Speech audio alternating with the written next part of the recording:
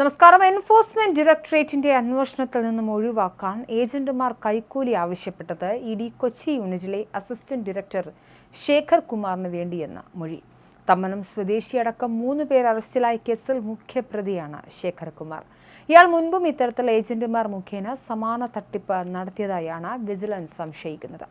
കേസിലെ 2ാം പ്രതിയായ തമ്മനം സ്വദേശി വിൽസണും ശേഖർ കുമാറും ഗൂഢാലോചന നടത്തിയാണ് തട്ടിപ്പിന് കളമൊരുക്കിയതെന്നും വിജിലൻസ് കണ്ടെത്തി. ഇരുവരും തമ്മിലുള്ള ഇടപാടുകൾ സംബന്ധിച്ച് വിജിലൻസ് വിശദ പരിശോധന നടത്തുകയാണ്. ശേഖർ കുമാറിനെ കസ്റ്റഡിയിലെടുത്ത് ചോദ്യം ചെയ്യുന്നതടക്കമുള്ള കാര്യങ്ങൾ പരിശോധിക്കുന്നുണ്ട്.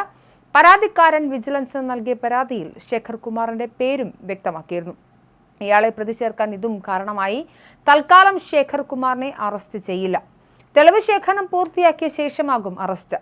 സാമ്പത്തിക തിരിമറി കേസിൽ നിന്നും രക്ഷിക്കാനും കൊടുക്കാതിരിക്കാനും ഇഡി അസിസ്റ്റന്റ് ഡയറക്ടർ കൈക്കൂലി ആവശ്യപ്പെട്ടതോടെ എൻഫോഴ്സ്മെന്റ് ഡയറക്ടറേറ്റും സംശയനിഴലിലായി.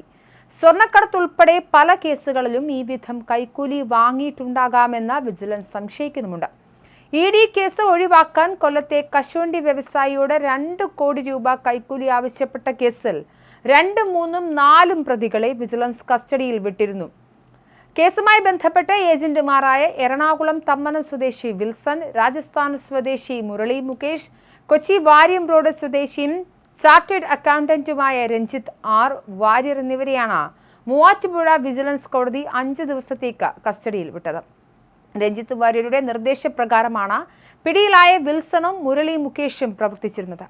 കൊച്ചി ഇഡി ഓഫീസിലെ വിവരങ്ങൾ മറ്റ് 2 പ്രതികൾക്ക് നൽകി 2 കോടി രൂപ പരാതിക്കാരനിൽ നിന്നും ആവശ്യപ്പെടുന്നതിന് മുഖ്യ സൂത്രധാരനായി പ്രവർത്തിച്ചത് രഞ്ജിത്ത് വാര്യർ ആണെന്ന അന്വേഷണത്തിൽ തെളിഞ്ഞതിന്റെ അടിസ്ഥാനത്തിലാണ് ഇയാളെ അറസ്റ്റ് ചെയ്തത്. രഞ്ജിത്ത് വാര്യരുടെ വസതിയിലും ഓഫീസിലും വിജിലൻസ് റെയ്ഡ് നടത്തി. നിർണായക രേഖകളും മൊബൈൽ ഫോണുകളും പിടിച്ചെടുത്തു. ഇതിനിടെ രഹസ്യ ആപ്പ് ഉപയോഗിച്ചായിരുന്നു ആശയവിനിമയം. തെളിവില്ലാതാക്കാനായിരുന്നു ഇതെല്ലാം. കിട്ടിയ കൈക്കൂലിയുടെ 60% ഇഡി ഉദ്യോഗസ്ഥനാണ് നൽകിയതെന്നും വിജിലൻസിന് മൊഴി കിട്ടിയിട്ടുണ്ട്. ഇത് ഗൗരവത്തോടെയാണ് വിജിലൻസ് കാണുന്നത്. എനിക്ക് വേണ്ടിയല്ല സാറേ, ഞാൻ വെറും ഇടനിലക്കാരനാണ്, എന്നെ പെടുത്തല്ലേ. 2 ലക്ഷം രൂപയുമായി ഏജന്റ് വിൽസനെ വിജിലൻസിനോട് പറഞ്ഞത് ആദ്യം ഇങ്ങനെയാണ്. രാജ്യത്തെമ്പാടും കള്ളപ്പണവേട്ടയിൽ ഇഡി മുന്നേറുമ്പോഴാണ് ഇഡി ഉദ്യോഗസ്ഥന് വേണ്ടി കൈക്കൂലി വാങ്ങിയ ഏജന്റുമാർ കേരളത്തിൽ പിടിയിലാവുന്നത്. IOC കമ്പനിയിലെ ഉന്നത ഉദ്യോഗസ്ഥനെ തിരുവനന്തപുരത്ത് വെച്ച് അടുത്തിടെ വിജിലൻസ് പിടികൂടിയിരുന്നു. എന്നാൽ എൻഫോഴ്സ്മെന്റ് ഡയറക്ടറേറ്റിലെ ഉദ്യോഗസ്ഥൻ കേസിൽ പ്രതിയായത് കേന്ദ്ര ഏജൻസികൾക്ക് നാണക്കേടായി.